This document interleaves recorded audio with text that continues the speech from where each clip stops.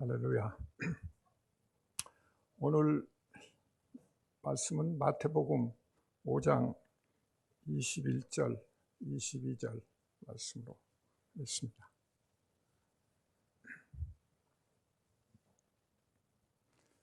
다 같이 한번 봉독하겠습니다. 시작.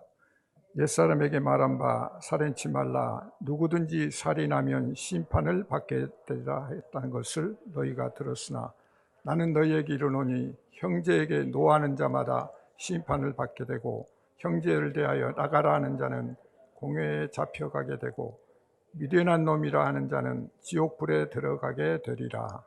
아멘. 지난 시간에 우리가 말씀을 나눈 게 이제 산상수훈에 대해서 조금 말씀을 나눴는데,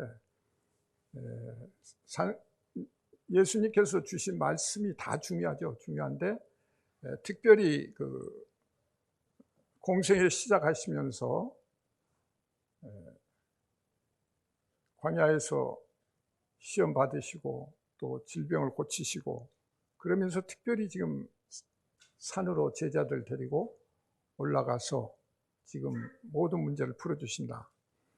그런데 우리가 이렇게 성경을 읽고 또 예배를 드리고 하면서 하나님이 이 땅에 오셨다는 그 관점을 우리가 얼마만큼 느끼고 있는지 한번 생각을 해볼 필요가 있습니다. 보통 우리가 귀한 손님이 와도 집안에서 집안을 치우고 또 환영할 여러 가지 의전을 갖추게 되는데, 사실 하나님이 이 땅에 오셨다고 하는 것은 어떻게 표현할 수가 없죠. 우리가 정말 문자적으로 쓰면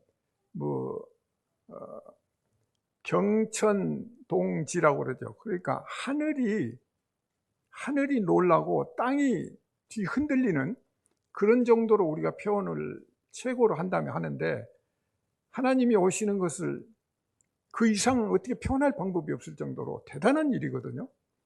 근데 우리가 성육신에서 하나님이 오셨다는 그 관점에 대해서 그렇게 중요하게 또 얼마만큼 그 큰 사건으로 이렇게 마음에 두고 있는지, 이런 부분들이 좀 아쉽지 않나.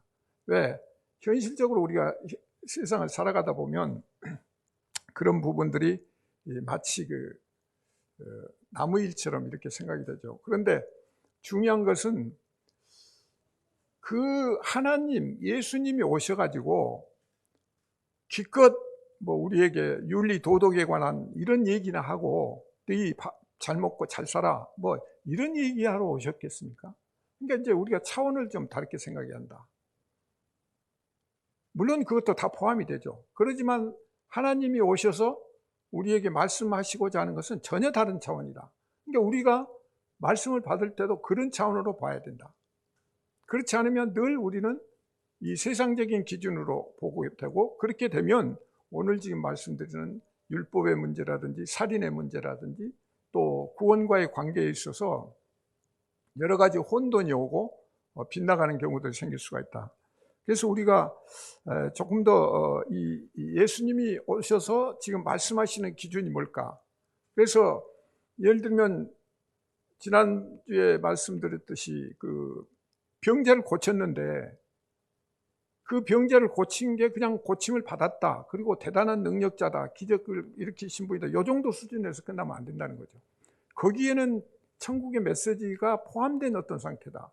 그러니까 그런 정도의 우리가 깊이 있게 생각을 하면서 성경을 읽게 되고, 그 성경을 다른 관점에서 이제 연결하다 보면 그것들이 연결이 되면서 깨달아지고 기쁘고 그러는데, 그냥 단편적으로 보게 되면 이해가 안 되고 또 금방 잊어먹게 되고 이제 이렇게 간다는 거죠. 그래서 예수님이 이 땅에 오신 이유가 그렇게 중요한데, 왜 그러면 예수님이 오셔갖고 멸시와 천대를 받고 결국은 십자가에 못 박혀 죽는 그런 상황까지 갔는가? 이것을 우리가 한번 생각하면서, 그렇다면 우리는 예수 그리스도를 믿고 따르고 존경하고 그 말씀을 실행에 옮기려고 하는 그 의도는 뭔가? 이런 이제 생각들을 다시 한번 가져야 된다는 거죠. 그래서 오늘 옛사람에게 말한 바 이렇게 시작하는데, 이 산상수훈에 보면은 그런 표현들이 이제 몇 군데 나오죠. 그래서 이 얘기는 뭐예요? 옛사람에게, 그렇다면 옛사람이라고 하는 것은 벌써 구약을 얘기하는 거고 전통을 얘기하는 거죠. 거기에 이미 그 의미가 포함되어 있단 말이죠. 그래서 이제 너희가 그걸 들었는데, 그런데 내가 지금 뭔가 얘기를 하려고 한다, 말씀하신다는 것은 그 말씀은 어떻습니까? 그 말씀은 새로운 말씀이거든요. 기존에 있는 말씀을 다시 그 반복해서 얘기하는 게 아니라 새로운 어떤 비전과 새로운 말씀의 그 뜻을 깨우칠 수 있는 그걸 지금 얘기하시는 거죠. 그리고 거기에 이제 구원과 관계되는 이 문제를 우리가 연결해서 생각할 수가 있다. 그래서 이 부분을 우리가 먼저 생각을 해야 하는데, 참 인간이라고 하는 것은 굉장히 모순적이에요. 그러니까 여러분들의 일상생활을 한번 잘 생각해 봐도 사실 우리는 늘 새로운 것을 추구하거든요. 그죠? 늘 새로운 뉴스, 새로운 정보, 또 새로운 뭐 쇼핑거리, 전부 새로운 것만 찾고 거기에 안절부절해요.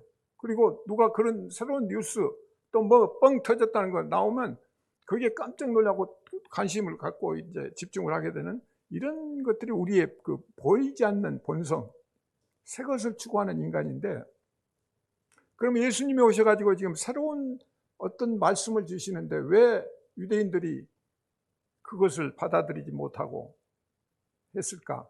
굉장히 보수적이죠. 그리고 구약의 어떤 율법적인 이거를 고집하면서 그걸 지켜내려고 하니까 결국은 이제 이게 언밸런스가 된 거란 말이죠. 그래서 이런 관점에서 보면 우리가 유대인들이 그 당시에 보면 새로운 것들, 이런 것들이 결국은 과거에 익숙해 있어가지고 이걸 바꾼다는 게 굉장히 좀 이질감을 느꼈을 것이다.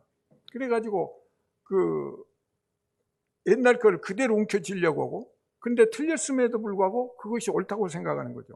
그리고 그것을 하나님을 잘 믿고 이게 하나님께 영광을 드리는 일이다, 이렇게 기쁨을 갖고 이렇게 가는데, 거기에다가 예수님이 예를 들어서 영과 진리로 예배를 드리라고 그러면 전혀 지금 딴 얘기잖아요. 이해가 안 가는 얘기죠. 아니 지금 우리가 성전에서 동물들 잡아가지고 다 사죄하고 하나님께 그렇게 정성 들여서 예배를 드리고 있는데 그걸 다 무시한다. 그러니까 이해가 안 가는 거죠. 근데 지금 오늘 우리가 지금 살아가는 이 예배 드리고 그리스도인으로서 살아가는 과정에도 똑같은 패턴이 지금 있을 수가 있다. 그것을 우리는 명심해야 된다. 그러니까 늘 그 매너리즘에 빠져가지고 성경 조금 읽고 교회 나오고 뭐 그냥, 그러고 자기 뭐 기준으로 해서 뭐가 됐으니까 뭐 기뻐, 은혜 받았어, 그리고 나는 잘하고 있는 거야, 이렇게 생각한다면 그것이 정말 옳은 건가? 구약의 그 유대인들하고 비교하면서 우리가 그런 부분들을 좀 잘 생각을 해야 된다. 그 사람들은 어떤 형식적이고 또 어떤 경건의 모양, 이런 것들을 거기서 찾아냈는데 그것이 이제 우리한테는 굉장히 잘못된 거다는 거죠. 그래서 이 율법적인 문제라고 하는 것은 늘 그 갈등을 가져오는 부분이다. 이게 법이잖아요. 우리나라도 법이 있잖아요. 시행령이 있고 일반 법이 있고 그다음에 헌법이 있고, 이렇게 해서 법 안에서 다 움직이니까 법을 벗어나면 법을 위반했다고 해서 감옥에 가고, 이렇게 해서 이 법에 대한 그 룰이 있단 말이죠. 그러니까 그 안에서 우리가 움직여야 되는데 그것이 습관화돼 가지고 그걸 잘 지키니까 내가 교통질서 잘 지켰으니까 내가 칭찬받을 거야 하면서 이렇게 가는데, 이런 부분들이 이제 우리가 좀 더 생각해야 되는데, 우리는 반대로 어떻습니까?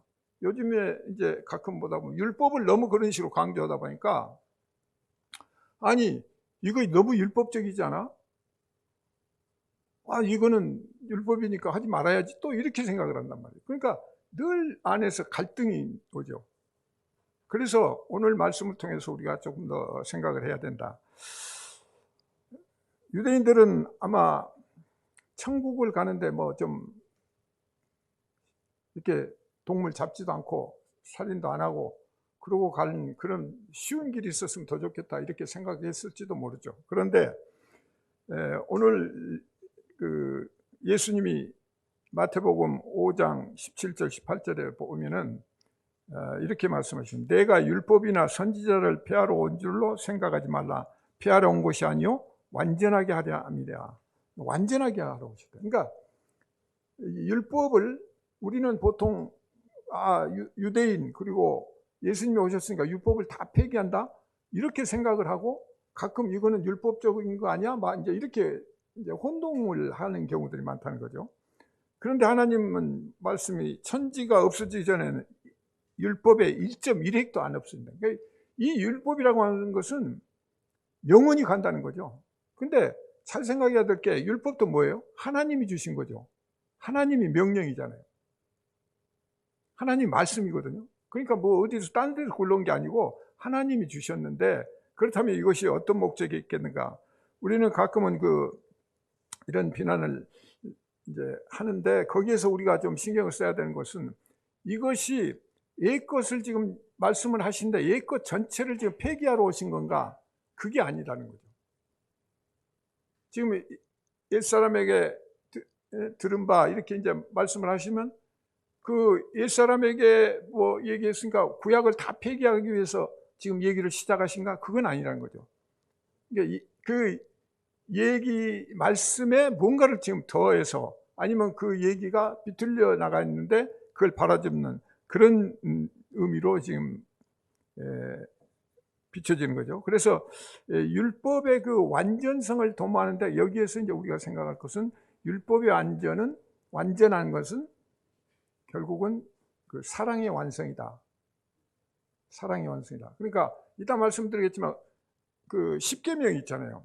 지난번에도 말씀드린 십계명에 출애굽기 20장에서 보면 쭉 그 출애굽기에서 얘기를 하는데 뭐예요? 계속 그 하나님이 나 이외에 다른 신을 두지 말라고 하시면서 쭉 설명을 다 해주시잖아요.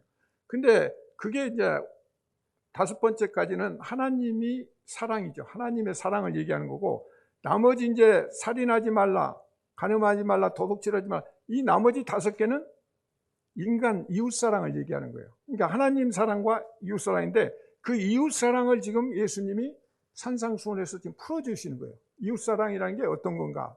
근데 그 이웃사랑이라는 것이 우리가 생각하는 그런 이웃사랑인가, 아니면 다른 차원인가, 이런 걸 좀 더 깊이 있게 이제 해석을 해주신다는 거죠. 그래서 이 사랑의 문제는 이제 여러분이 복음서를 봐도 지금 4가지 우리 복음서에 마태, 마가, 누가, 그리고 이제 4번째 복음이 요한복음이잖아요.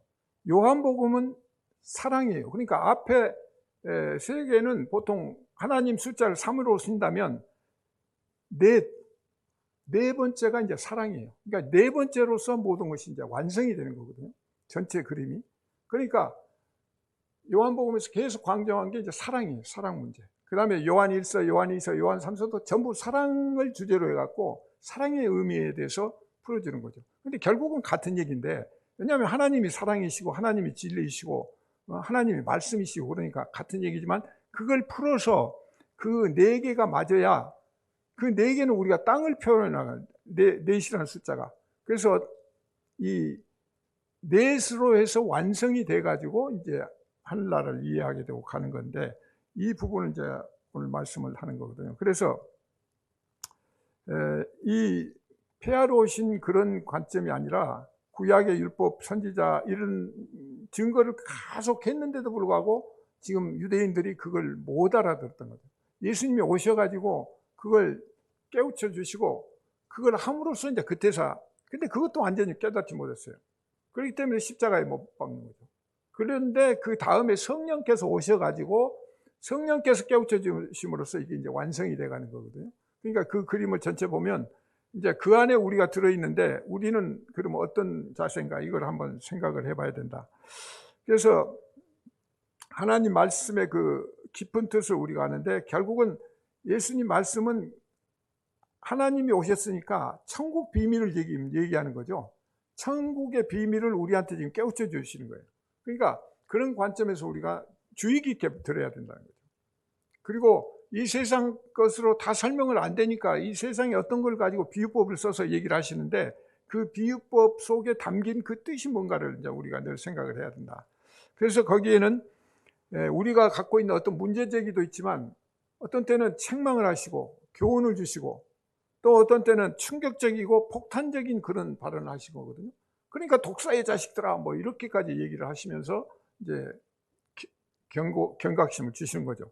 그래서 이런 관점에서 이제 우리가 오늘 말씀을 한번 잘 생각을 해보자 이 말씀입니다. 그런데 우선 첫 번째 관점은 이 모든 것들이 그 행위 중심이었다는 거죠. 그러니까 우리가 율법 할 때는 거의가 행위 중심이고 그 행위 중심이라는 건 뭐예요? 법 중심이죠. 그러니까 법을 초월한다는 것은 이제 보통 이 비밀 공작이라고 많이 얘기를 하는데 비밀 공작을 하는 사람들은 그 초법적인 활동을 한다고 그러죠. 그러니까 법을 넘어서는 거. 그러니까 외국 사람들 우리나라 와서 정보를 캐러 들어왔다고 하면 그 사람도 우리나라 법을 넘어서는 어떤 그런 짓을 하고 특히 외교관들. 그러니까 제가 뭐 북경에 가서 외교관 생활을 할 때 그러면 그 신분이 보장된 거거든요, 외교관은. 그러니까 거기에는 그 나라 법에 저촉을 받지 않으면서 마음대로 활동할 수 있다는 거죠. 그렇다면 우리가 성령께서는 지금 그 법을 넘어서시는 거거든요. 그러니까 우리가 성령님하고 교제를 하고 성령님과 친해져야 되는 거죠. 그런데 율법적이고 세상적인 그 하나님이 주신 그 법대로 그렇게 하려면 우리가 다 못 지키는 거죠. 유대인들이 얘기하는 613개 율법 그거 외에도 여러분이 출애굽기나 레위기나 이렇게 보면 얼마나 디테일하게 하나님이 명령하신 게 많죠. 뭐 화장 대변 보고 뭐 그거 치우는데도 뭐 어떻게 해라. 뭐 여자가 뭐 무슨 하는데 하여튼 정말 디테일하게 이렇게 하셨는데 그거 다 어떻게 지켜요? 그거 따지면 수백 개 수천 가지인데 그거 우리 다 못 지키거든요. 그러니까 그 지킬 수 없는 거를 예수께서 이제 지키고 그걸 넘어서는 그러니까 이 땅적인 걸 넘어서는 어떤 초월적인 그걸 지금 얘기하시는 거거든요. 그러니까 외교관이 나가서 그 나라 법을 적용을 안 받고 그 보호를 받듯이 사실은 우리는 하늘의 법을 가지고 이 땅을 살아가는 존재다. 이런 관점으로 먼저 봐야 된다. 그래서 살인을 여기서 얘기가 나와요. 살인하지 말라. 그러면 살인하지 말라? 살인을 하면 심판을 받는다? 그건 뭐 일반적인 얘기잖아요. 근데 살인을 하지 말라. 거기 안에는 뭐가 들었어요? 이 유대인 입장에서 받아들일 때 어떻게 돼요? 살인하지 말라. 그게 나 살인 안 했어. 나 지금 사람 안 죽였잖아. 그렇게 생각할 수 있죠. 물리적으로. 그리고 그걸 극복한다고 해서 계속 제사는 열심히 지냈단 말이에요. 이게 무슨 일이죠? 그러면서 동시에 어떤 생각을 하냐. 나 사람 안 죽였잖아. 심판 나 안 받을 거야. 그렇게 쉽게 생각할 수가 있죠. 그러면서 더 열심히 동물 잡아서 제사 지낸다고 그러고 이게 하나님이 기뻐하실 거다. 이렇게 갈 수가 있다는 거죠. 그래서 여기서 우선 1차적으로 지금 생각해야 될 것은 예수님께서 여기 형제를 얘기하시거든요. 갑자기 들은 바 있으나 살인하지 말라 심판을 받는다 그러시놓고는 갑자기 형제 얘기가 나와요. 근데 여기에서 심리적인 내면적인 이런 부분을 지금 이제 1차적으로 얘기를 하시는 거죠.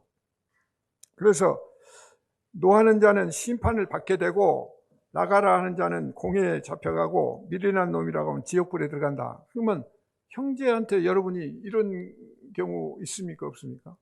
정말 여러 번 했을걸요. 특히 마지막 미련한 놈. 우리 어렸을 때 그런 얘기 많이 들었어요. 저 미련한 놈 말이야. 뭐 조금만 못하면 미련한. 그러면 이 얘기하는 사람들은 전부 지옥불에 가야 돼. 그러니까 주님이 지금 그 얘기를 하시는 거냐 이거죠. 이거 우리가 조금 더 생각을 해야 한다. 여기서 살인 문제가 결국은 형제 문제로 지금 전환이 되는데 이 형제 문제에서 우리는 좀 깊이 있게 생각해야 되는데 우선 그 십계명에서 보면은 아까 말씀드린 출애굽기 20장 13절하고 17절에 이렇게 보면 살인하지 말라 이게 이제 첫 번째 나오거든요. 첫 번째 나오는데 여기서 단순히 사람을 죽이지 말라는 건 아니다. 그러니까 여기서 우리가 살인하지 말라고 그럴 때는 그냥 사람 죽이는 거 그것만 달랑 생각하고 그걸 기준으로 보게 되는데, 물론 그건 나쁜 거죠. 그것도 안 됐는데, 만약에 이거를 하나님이 강력히 주장하셨다고 그런다면 결국 하나님도 율법을 안 지키신 게 되고, 하나님도 나는 사람을 죽여도 너희는 죽이지 마 하는 그런 이중적인 그런 게 돼버려요. 왜? 하나님이 지금 명령 내리실 때 뭐예요? 굉장히 우리가 생각할 때 구약의 하나님 잔인할 것처럼 너희들 가나안 들어가면 7족속 다 멸하라고 그러고, 중간중간에 뭐 사울왕한테도 뭐 명령 내리실 때 보면 가서 다 멸하라고 그렇게 지시를 하시거든요. 그러면 이게 뭐예요? 하나님이 사람을 막 죽이나? 근데 여기에서 이제 우리가 그 의미를 잘 생각을 해야 된다. 이 곡해로 하나님을 생각하고 그러면서 우리가 성경을 읽게 되고, 그러니까 늘 그 갈등을 하고 그걸 이해를 못하니까 우왕좌왕하게 되는 그런 경우가 생기는 거죠. 그래서 여기에서 우리는 민수기 35장 11절과 15절 이 말씀을 한번 같이 읽으실까요? 시작. 너희를 위하여 성읍을 도피성으로 정하여 부지 중에 살인한 자가 그리로 피하게 하라. 이 6 성읍은 이스라엘 자손과 타국인과 이스라엘 중에 거류하는 자의 도피성이 되라니 부지 중에 살인한 모든 자가 그리로 도피할 수 있으리라. 자, 여기서 보면 하나님의 그 사랑과 은혜를 깨달을 수 있죠. 그러니까 우리가 여기서 살인이라고 할 때 여기에서 뭐예요? 부지 중에 살인. 그러면 오늘날 우리도 미필적 고의 또는 그 과실치사라고 그러죠. 우연히 어떻게 하다가 사람이 죽었어. 그런데 하나님은 그것도 용서를 해 주시겠다는 거예요. 왜냐하면 그건 의도적이 아니니까. 살인하려고 하는 게 아니라 어떻게 하다가 다쳤는데 그 사람이 죽어버렸다. 그래서 성읍을 따로 6개를 만들려고 하시거든요.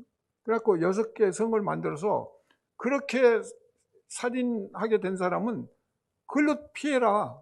그리고 나중에 이제 보시면 알지만 그 도피성을 만들어 놓고 거기에 이제 제사장이 있는데 그 제사장이 죽을 때까지 거기서 같이 하면 누구도 거기 잡아가지 못해요.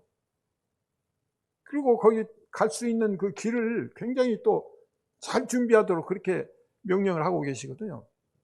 그냥 도피성만 만들라가 아니라 도피성을 잘 그 입구까지 가는 길도 좀 잘 만들어 놓고 쉽게, 예, 도망가다가 또 그 가족이나 누가 죽였다고 또 보복 살인을 하게 되면 안 되잖아요.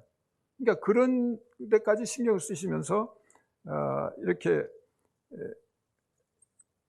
도피성을 만드신데, 여기 보면은 타국인도 거류자들 이스라엘, 그러니까 무슨 이스라엘 민족만이 아니라 거기에 그냥 잠깐 왔다 가는 사람들 중에서도 그런 제약에 빠졌다면, 살인의 어떤 형벌을 받게 됐다면 그렇게 해서 도망갈 수 있게 만들어 놓으셨는데, 21절 그 12 출애굽기 21장 12절하고 14절 보면 사람을 죽인 자는 반드시 죽일 것이나 만일 사람이 고의적으로 한 것이 아니라 나 하나님이 사람을 그의 손에 넘긴 것이면, 여기 잘 보세요. 나 하나님이 사람을 그의 손에 넘긴 것이면, 한번 묵상을 좀 해볼 필요가 있죠. 그러니까 그 죽었어요. 근데 그게 나 하나님이 그 사람을 그의 손에 넘겼다는 그런 표현을 쓰신 거는 이걸 어떻게 해석해야 될지, 어쨌든 하나님이 이미 알고 계시다는 거죠. 그리고 하나님과 관계가 되어 있다는 거죠. 그래서 그렇게 해서 그 사람이 이 사람을 죽였다면 그 사람은 그리로 도망을 가. 왜? 이게 이제 하나님이 어떻게 보면 하나님이 그 사람이 실수를 하나님 실수로 간주를 하시는 그런 뜻인지도 모르겠어요. 어쨌든 그 표현이 보면 나 하나님이 사람을 그의 손에 넘긴 것이면 내가 그를 위하여 한 곳을 정한다고 그랬어요. 그게 도피성이에요. 그런데 사람이 그의 이웃을 고의로 죽였으면 너는 그를 제단에서 잡아내려 죽일지라. 그러니까 고의로 죽인 사람은 이 성전 안에서 뭐 하더라도 그냥 잡아내라는 거 아니에요. 우리는 아이고 감히 거룩한 이 성전에서 그걸 어떻게 해야지? 뭐 어떤 사람 막 술 먹고 와서 교회 와서 그냥 깽판 놓고 그러는데, 이거 우리 그리스도인 사랑으로 어떻게 그냥 참고 견뎌야 되나 어쩌나 막 이렇게 갈등하잖아요. 하나님 분명하시잖아요. 살인 재단에서 끌어내라는 거죠. 그만큼 하나님은 살인의 문제, 사람 죽이고 살리는 문제에 대해서 굉장히 생명을 살리시는 분이고 생명을 보존하기 위해서 하시는 그런 하나님이시다. 우리가 그걸 명확히 알아야 된다. 그렇지 않으면 우리는 늘 갈등을 갖겠는데, 여기에서 이제 형제 개념도 우리가 다시 한번 봐야 된다. 그 헬라어로 아델프호스라고 이렇게 하는데요. 이 표현을 보면 생명을 잉태하는 영적 어떤 터전, 자궁, 이렇게 이제 표현을 하고 있거든요. 그래서 이 어원을 보면은 우리가 어떤 그 관점의 중심이 어디가 있냐면, 보통 우리는 형제라고 할 때 어떻게 생각해요? 다른 사람을 생각하잖아요. 아, 친구, 그리고 아니면 형제, 친구를 가까이 지내면 형제, 그래서 대상을 어떻게 놓고 생각하는데, 여기에서 관점이 그 친구가 그게 친구가 아니라 나예요. 내 안에, 내적인 내 안에서 내 스스로가 내 형제가 되고, 그러니까 모든 게 나부터 출발하잖아요. 내가 이기적이라는 그런 게 아니라 내 안에 내 스스로 나를 용서하지 못하면서 남을 용서할 수가 없죠. 내가 나를 사랑하지 못하면서 남을 사랑할 수가 없어요. 근데 이 사랑이라는 게 이기적인 사랑을 지금 얘기하는 게 아니에요. 내가 나를 진정으로 사랑하면 정말 하나님 앞에 예배드리고 기도하는데 게을릴 수가 없죠. 왜? 내 영혼에 관한 문제니까 뭐 적당히 가서 예배드리고 때우고 뭐 이런 생각을 가질 수가 없죠. 정말 정성스럽게 기도하고 성경 읽고 온갖 정성을 다, 왜? 내 문제니까. 내 구원의 문제고 영혼의 문제면, 나를 사랑하면 또 하나님이 나를 사랑하신다는데, 그렇다면 그런 각오와 그런 결심이 달라야 되겠죠. 그러면 세상으로 나가질 않죠. 세상에 아무리 좋은 유혹이 있더라도. 그런데 그걸 좋다고 나가고 쫓아간다면 그건 오리지널 사랑이 아니다. 자기를 사랑하는 게 아니죠. 네, 그건 뻔히 멸망의 길로 가는 게 뻔한데, 아무리 몰라서 그렇다 치더라도 그렇게 빠져가는 것은 굉장히 그 불행한 일이다. 그래서 이 안에서 나가 내 안에서 형제가 돼야 돼. 그러고 나서 그 다음에 다른 사람을 볼 때 그게 온전한 이제 하나가 되는 거죠. 너 나가 구별 없는 온전한 하나가 되고, 이 세상을 볼 때도 그렇게 된다. 그래서 이게 굉장히 중요한 거다. 그러니까 지금 예수님이 그 요한복음에서 보면 막 기도하시면서 뭐예요? 아버지와 내가 하나가 되고 저들도 우리처럼 하나가 되게 하시오. 그래가지고 계속 하나 안에, 하나님 안에 하나가 되는 건데, 근데 그 경험이 내 안에서도 내가 느껴져야 되고, 그리고 예수님이 내 안에 계신다니까 내가 예수님하고 하나가 돼야 돼요. 예수님의 그 사랑과 은혜와 이것들이 그냥 녹아들어서 그 안에 내가 하나가 됐을 때, 그럴 때 비로소 남을 사랑할 수 있고 용서할 수 있고 은혜 베풀 수 있는 그런 자세가 됩니다. 그래서 이 형제의 시작점은 내 안에 있는 나로부터 시작이 된다. 이 개념을 가져야 된다. 그러니까 나 아닌 다른 데서 이유를 찾으면 안 돼요. 전부 지금 그 율법적이고 그 다음에 이 사탄적인 것들이 전부 그러잖아요. 사탄도 아담과 하와를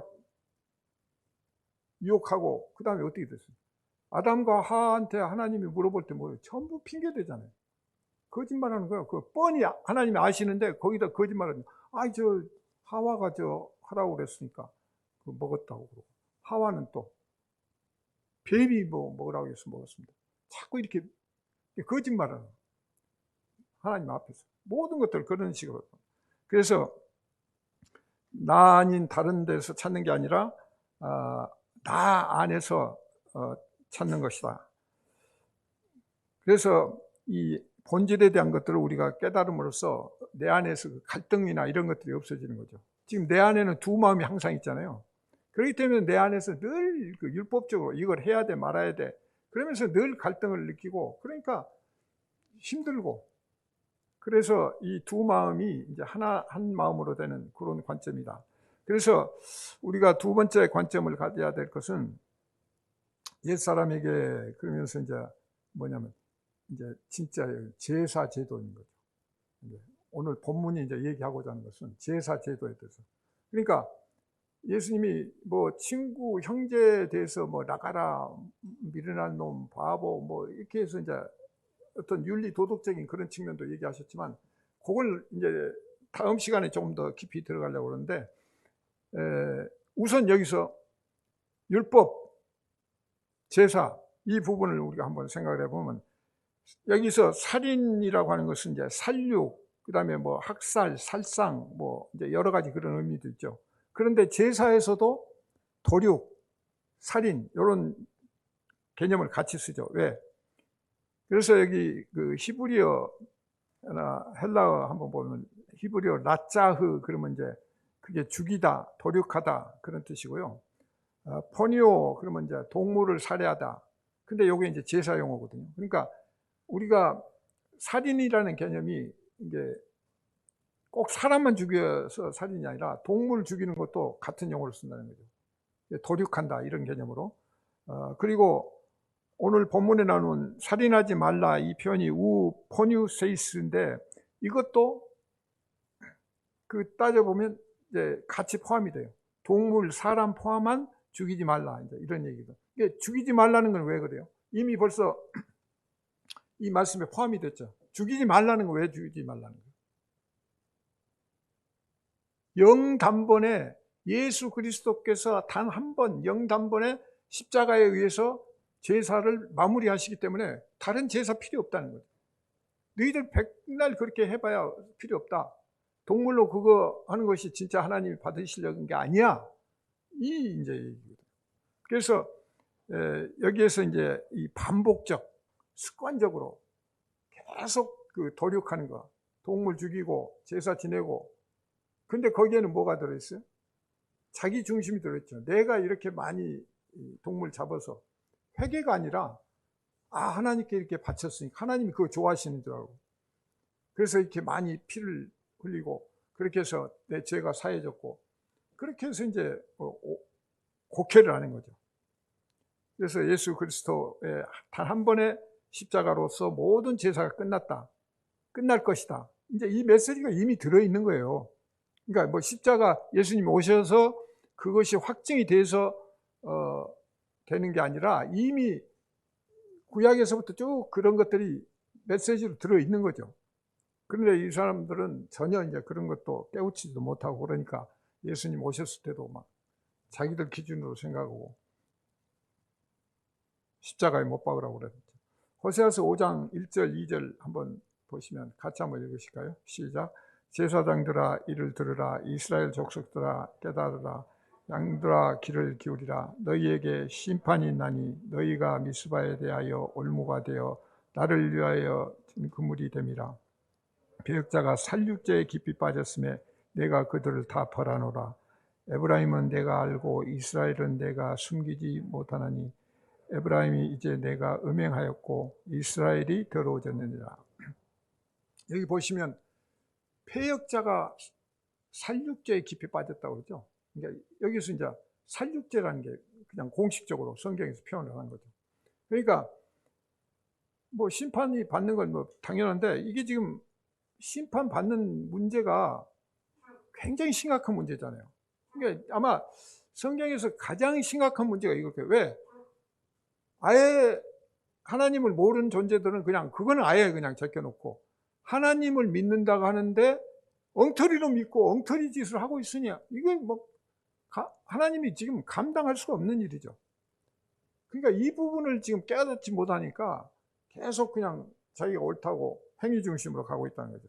폐역자가 살육죄에 깊이 빠졌음에 이렇게 나오는데, 이게 이제 이미 더러워졌다는 거죠. 그래서 하나님께서는 이 부분을 다 벌하시겠다고 그랬어요. 그런데 왜 벌을 해야 되는가? 그게 이제 호세아서 5장 4절에 나오거든요. 다 같이 한번 읽으실까요? 시작. 그들의 행위가 그들로 자기 하나님에게 돌아가지 못하게 하나니 이는 음란한 마음이 그 속에 있어 여호와를 알지 못하는 까닭이라. 자, 제사 행위를 열심히 해가지고 그런데 하나님을 모른대요. 아주 명확히 지금 찝어내는 거거든요. 아니, 제사를 열심히 했는데 하나님을 모른대. 우리 지금 나와서 예배 드리고 막 매주 열심히 나왔다고 하는데 하나님을 모른대. 똑같잖아요. 그것이 음란이고 율법적 살육, 그 반복적 계속하는 그런 것들을 했는데도 불구하고 그 사람도 하나님 모른다는 거예요. 그러면서 에스겔서에 가면 너희들도 그렇게 죽을 거야, 당할 거야, 이제 또 이렇게 얘기를 하시거든요.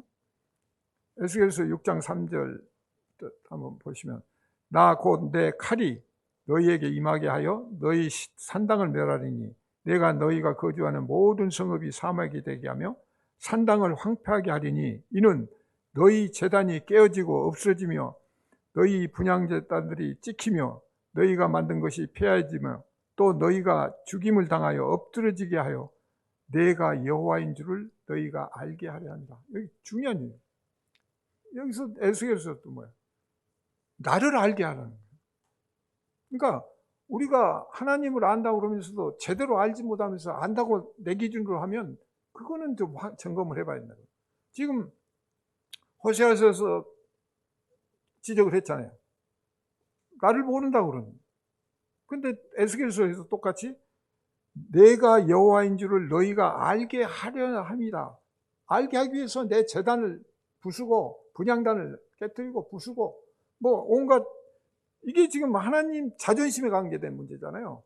나를 예배한다고는 그 제단을 그냥 부숴 없어지고 그렇게 해서 그 사람들이 죽음을 당하는 한이 있더라도 어떻게든 내가 여호와인 줄을 알게 하겠다. 그것이 이제 하나님의 그 아픔이고 고통이고 하나님이 느끼시는 슬픔이고 여기에 이제 사랑과 은혜가 들어있는 거죠. 정말 전지전능한 하나님이 보통 같으면 그냥 싸그리 쓸어버려 뭐 이렇게 할 수도 있잖아요. 그리고 또 전지전능한 하나님이 인간 뭐 몇 사람이 자기 경배 안 한다고 그래서 그게 뭐 하나님한테 무슨 뭐가 있어요? 무슨 보탬이 되는 거예요? 사실 보면 우리는 벌레만 또 못한 존재들이고 정말 그냥 우리 벌레 이렇게 손으로 지기면 죽어버리듯이 그런 존재에 불과할 수 있는데, 그런데도 불구하고 하나님이 자기 형상으로 만드셨기 때문에 끝까지 지금 사랑하시고 은혜를 베풀면서 지금 인도해 가시겠다는 거예요. 그런데 안 들어 말을. 자꾸 빗나가. 그러니까 이제 이런 표현까지 나온 거죠. 그래서 우리는 다시 한번 생각하면서 이사야서 1장 22절 23절에도 보면 내 은은 찌꺼기가 되었고 내 포도주에는 물이 섞였도다. 내 고관들은 폐허가여 도둑과 짜가며 다 뇌물을 사랑하며 예물을 구하며 고아를 위하여 신원하지 아니하며 과부의 송사를 수리하지 아니하는도다.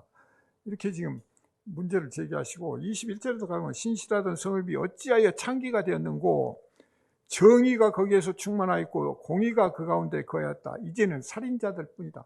이제는 살인자들 뿐이다는 거예요. 살인자들 뿐이라는 건 뭐예요? 율법에 관계된 거죠. 정의와 공의가 있는데 정의와 공의가 없다면 뭐예요? 율법이 없다는 얘기죠. 왜? 법이잖아요. 정의와 공의가 바르게 쓰려면 법이 있어야 되는데 그 법은 하나님 법이죠. 그러면 하나님의 법, 하나님의 정의, 이게 지금 서 있어야 되는데 그게 지금 옛날에 있었는데 지금 없다는 얘기예요. 그러니까 살인자들 뿐이라는 거예요. 하나님의 율법이 없으면 그건 또 살인자도 똑같아요. 그러니까 이 부분이 이제 잘 매치를 해나가야 돼요.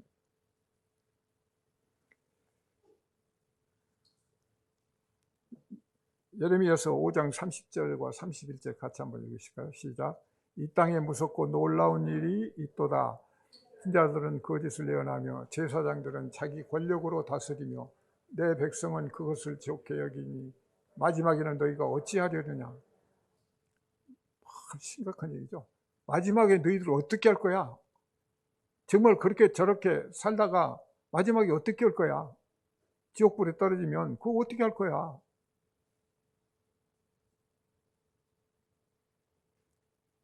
이게 이제 나머지 부분이 사망 증후군들이라고 이해할 수 있는 그런 정도가 되죠. 그래서 이 부분이 이제 에덴 동산에서부터 시작이 됐어요.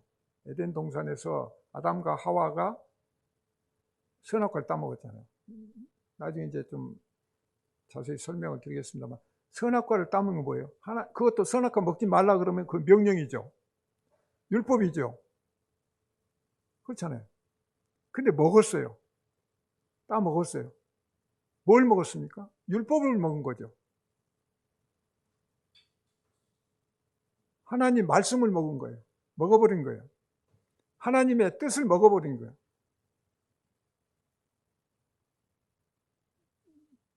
자기가 먹고 그게 소화가 됩니까? 근데 그냥 하나님을 살인한 거예요, 그게.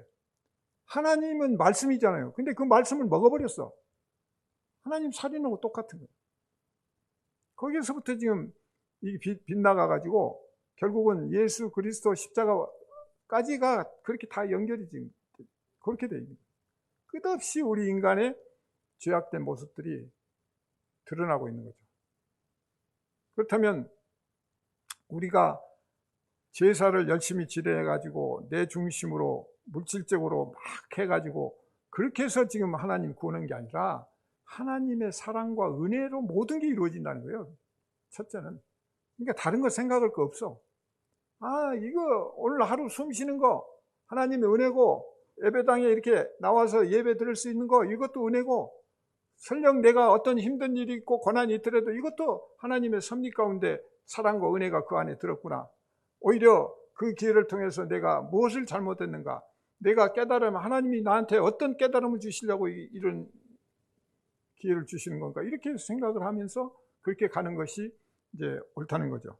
그래서 이 선악과 욕망이 굉장히 지금 모든 것들이 거기서부터 이제 빗나가요.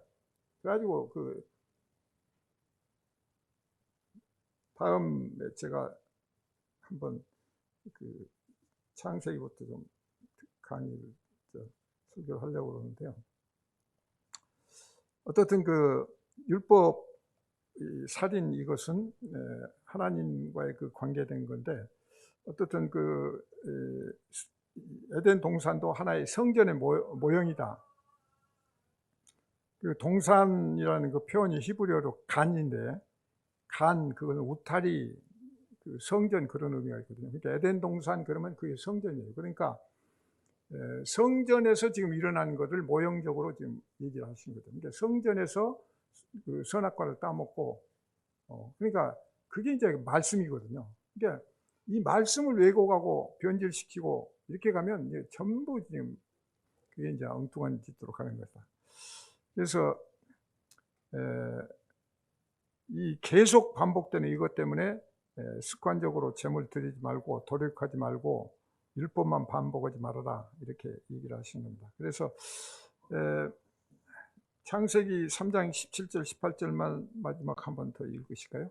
시작. 아담에게 이르시되 내가 내 아내의 말을 듣고 내가 내게 먹지 말라 한 나무의 열매를 먹었은즉 땅은 너로 말미암아 저주를 받고 너는 내 평생에 수고하여야 그 소산을 먹으리라. 땅이 내게 가시덤불과 엉겅퀴를 낼 것이라. 내가 먹을 것은 받을 채소인지요. 여기서 잘 보시면 땅이 저주를 받았죠.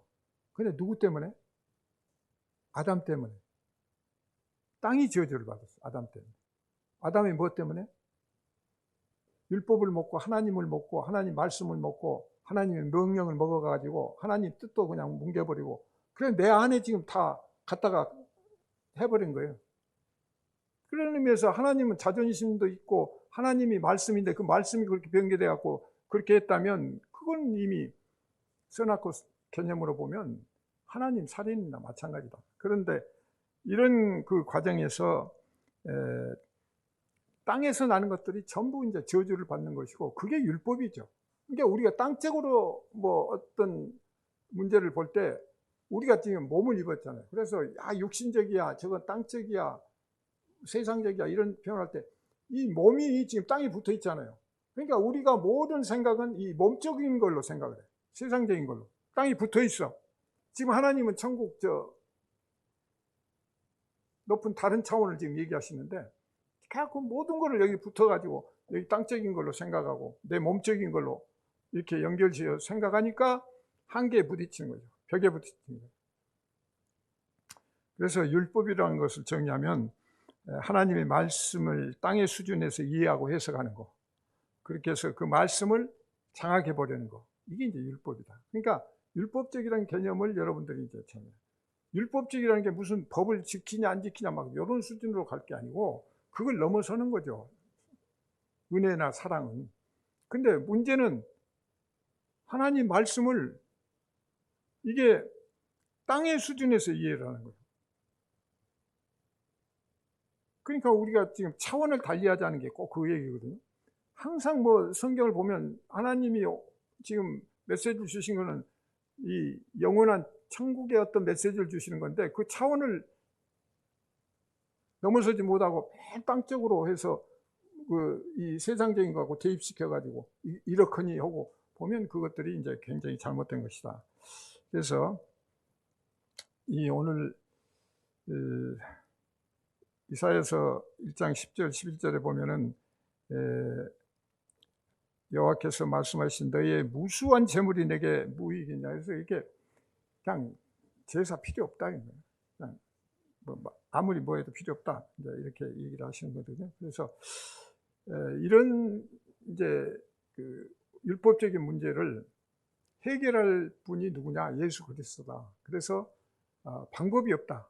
우리가 늘 우리는 그 반복적으로 그 제사를 드린다, 예배를 드린다 그러면서 그 빗나간 하나님의 뜻과 어긋나는 그런 쪽으로 갈 수가 있는, 가고 있는 게 이제 현실이라면, 이것을 바로잡는 거, 예수님이 산상수훈에서 얘기하듯이 예수님이 오셔서 주신 그 메시지들이 우리를 바르게 인도해 갈 수 있고, 그것이 바로 하나님 뜻에 합치되는 부분이 된다는 거죠. 그래서 율법을 완성하신다는 것은 결국은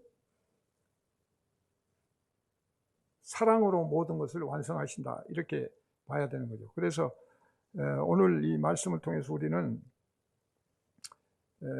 우리가 지금 세상 살아가면서 그 율법적인 관점으로 보는 것들이 어떤 건가, 그 다음에 살인은 뭐고, 또 형제는 누구고, 그 다음에 제사는 또 어떤 거고, 그 관계는 어떤 건가, 이제 이런 관점을 여러분들이 보면 사실은 전부 연계가 되는 거죠. 그래서 예수께서는 결국은 그 구약 내내 이제 예수 그리스도가 그 암시가 돼 있고, 거기에서 이제 율법과 선지자가 가리키던 그 모든 그 복음의 실체의 그 원형으로서, 그래서 율법과 선지자 그 개념을 이제 예수님이 다 완성을 해내시는 거죠. 그래서 우리는 그 율법을 지켜 사는 게 아니라 메시아에 의존해서 사는 거다, 이제 이런 개념을 가지고 하는데, 예수님이요, 이제 다음 시간에 좀, 그러니까 아까 지금 형제 개념이 이제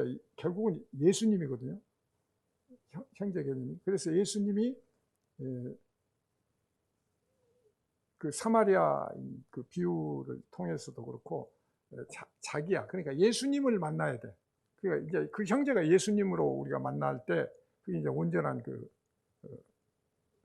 깨달음이 되고 하는 거죠. 그래서 이런 부분들을 우리가 나중에 한번 생각을 하고, 어떻든 예수님과 우리의 관계는 어떤 관계인가 한번 다시 한번 마지막으로 정리하면, 예수님과 우리 관계는 어떤 관계였었잖아요. 원수 관계였죠. 유대인들과 예수님 관계가 어떤 관계? 원수 관계였습니다. 예수님을 따르지 않고 예수님 뜻을 올바로 순종하지 않으면 그건 원수 관계거든. 대적 관계예요. 하나님을 대적하는 거 똑같아. 그런 관계인데, 우리도 과거에 그랬죠. 하나님과 대적 관계고 원수 관계였어요. 근데 이제 여기에 기독교의 역설이 있는데, 그런데 그 원수가, 우리는 원수라고 생각해가지고 예수 그리스도를 십자가에 못 박았잖아요. 모든 유대인들이 원수로 생각해가지고 대적자로 생각했고 예수님을 십자가에 못 박았는데, 그 못 박은 원수에 의해서 우리가 구원받는 거예요. 이게 아주 이해할 수 없는 신비죠. 우리가 구원받는데, 예수 그리스도에 의해서 구원을 받는데, 예수 그리스도 우리는 아무 개념 없이 그냥 믿으라고 해서 믿고 뭐 한다고 이렇게 했는데, 엄밀히 보면은 원수였단 말이에요. 예수님을 원수로 생각했고 그 원수적인 역할을 했어. 그래서 말씀도 듣지 않고 빗나가고 대적하고. 유대인들이랑 똑같잖아요. 그러니까 우리가 기도하거나 고백할 때 먼저, 그래서 낮은 자세로 가가지고, 저는 먼지와 티끌에 불과한 정말 내 힘으로는 어떻게 할 수 없는 존재입니다. 정말 저 좀 살려주세요, 구원해 주세요 하는 그런 마음이 먼저 들어서 그 다음에 이제 나가는 거죠. 근데 그게 준비가 안 되고 그냥 왔다 갔다 하면 그건 전혀 다른 얘기가 될 수가 있다. 그렇기 때문에 이 역설, 모순 같은 이런 상황을 우리가 마음속 깊이 좀 생기면서 율법의 문제를 좀 더 자유롭게 벗어나서 이제 예수 그리스도의 그 사랑과 은혜 가운데서 우리가 자유하는, 그것이 진정한 행복이다. 그래서 너무 열심히 한다고 막 이렇게 매달릴 것도 아니에요. 그냥 말씀과 열심히 하세요. 아까 지금 새 것을 추구한다고 그랬는데, 인간들이 세상 것은 막 추구를 해요. 근데 진짜 우리가 추구해야 할 세상, 새 것은 뭐예요?